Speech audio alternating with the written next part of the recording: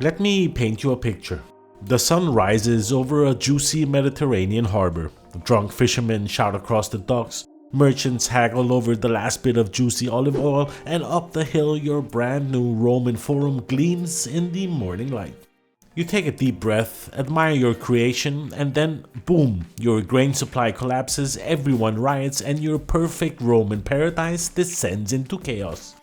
Welcome to Anno 117 Pax Romana, a city builder that asks one simple question: can you build an empire so stable that it doesn't collapse in 20 minutes? Anno 117 is Ubisoft's latest entry in their long-running series about logistics, economy, and urban obsession. But instead of factories, skyscrapers, or space colonies, this one takes us back to the golden age of Rome. The year is 117 AD, and when the empire stretches from the sands of Egypt to the fog of Britain. It's a bold setting for Anno, and surprisingly refreshing one. The tone is calmer, more reflective, less about conquering the world and more about keeping it from falling apart. At its core, Anno 117 sticks the loop that made the series so beloved.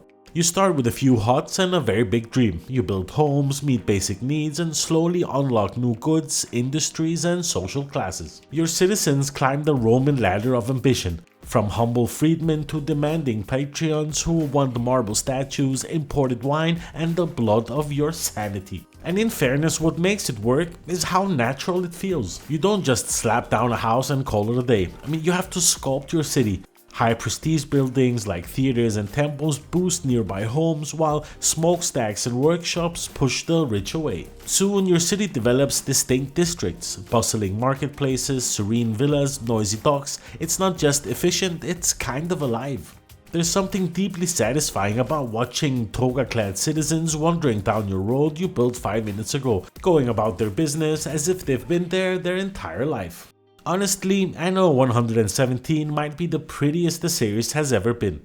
From the shimmering seas to the lavender hills of Latium, everything looks handcrafted, detailed, warm, and almost meditative. Zoom in and you'll see bees buzzing in orchids, traders shouting over baskets of figs, and ships gliding across turquoise water.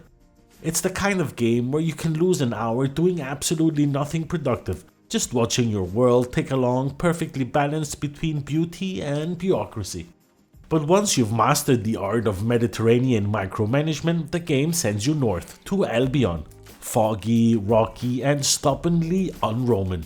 And this is where things take an interesting turn. You can either push full Romanization, paving roads, building baths, teaching everyone Latin, or embrace local Celtic traditions with their own buildings, details, and trade bonuses. Each path has unique advantages, and mixing them can create some brilliant synergies. It's like building an empire while also playing a slow-motion moral experiment. Do you conquer with culture or coexist through compromise? It's surprisingly thoughtful for a game about supply chains and fancy bricks. Of course, this is Anno, so let's talk about logistics. Your people's needs quickly outgrow your local resources, meaning you'll have to set up trade routes between islands and even between entire regions. And honestly, it's done gloriously. Each trade route feels like a story, one ship ferrying cheese from one quiet island farm to a bustling capital across the sea. The interface makes it easy to track, reroute, and optimize shipments. Though yes, you'll spend far too long obsessing over why your marble shipment is late. Eventually and inevitably, your empire turns into a network of specialized towns. One for pottery, one for wool, and one for the juicy olive oil. It's a logistical symphony, and when it all flows smoothly, you'll feel like the architect of destiny. And when it doesn't, well, you learn the true enemy of Rome wasn't the barbarians, it was supply chain inefficiency. Interestingly enough, pirates also roam the seas, which adds a healthy dose of chaos. Luckily, Anno 117's naval combat is surprisingly satisfying. Ships have real heft, the wind and positioning matter, and the water physics are just about gorgeous. Pulling off a perfect ambush or blockading a pirate's cove really feels like a chef's kiss.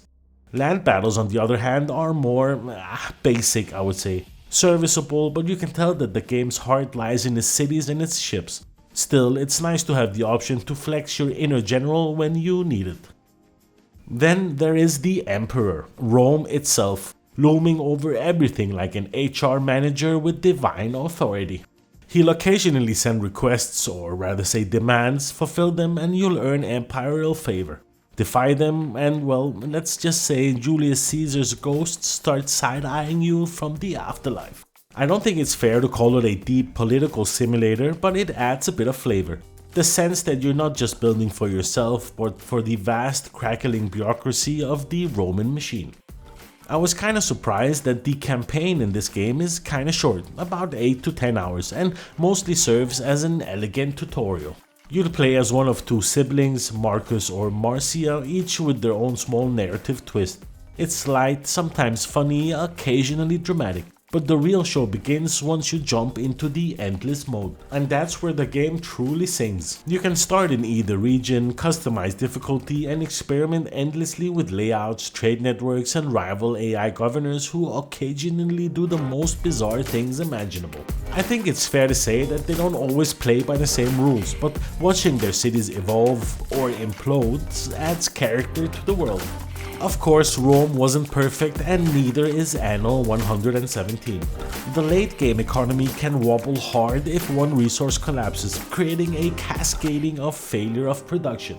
The character models and lip syncs are, let's say, retro chic. And while the campaign is charming, it's far from cinematic. It's more of a PBS documentary than an HBO epic. But those flaws are minor compared to the sheer joy of watching your empire come alive. Because when Anno 117 is running smoothly, it's hypnotic. It's therapy disguised as an empire management game. Anno 117 Pax Romana isn't loud, it isn't flashy, it's confident. It knows exactly what it wants to be, a rich, intricate, deeply satisfying city builder set in one of history's most fascinating eras. I guess it's fair to say that it refines rather than reinvents the Anno formula, and it does it with style. If you love the slow burn of planning, the beauty of efficiency, or just the quiet joy of watching your toga-wearing citizens argue about olive prices, this is the Roman vacation you didn't know you needed. I wouldn't call it a complete triumph maybe, but it's absolutely worth a standing ovation. And from a scoring perspective, I give this juicy goodness a 9 out of 10 juice cartons. Hail the logistical gods. Thank you for taking the time to watch my crap, and if you enjoyed this review, hit the like button, subscribe for more deep dives and reviews like this, and tell me, when you play Anno 117, are you going full Roman or keeping it Celtic? Now, if you'll excuse me, my cheese fleet is late yet again. Governors, and may your trade routes never break.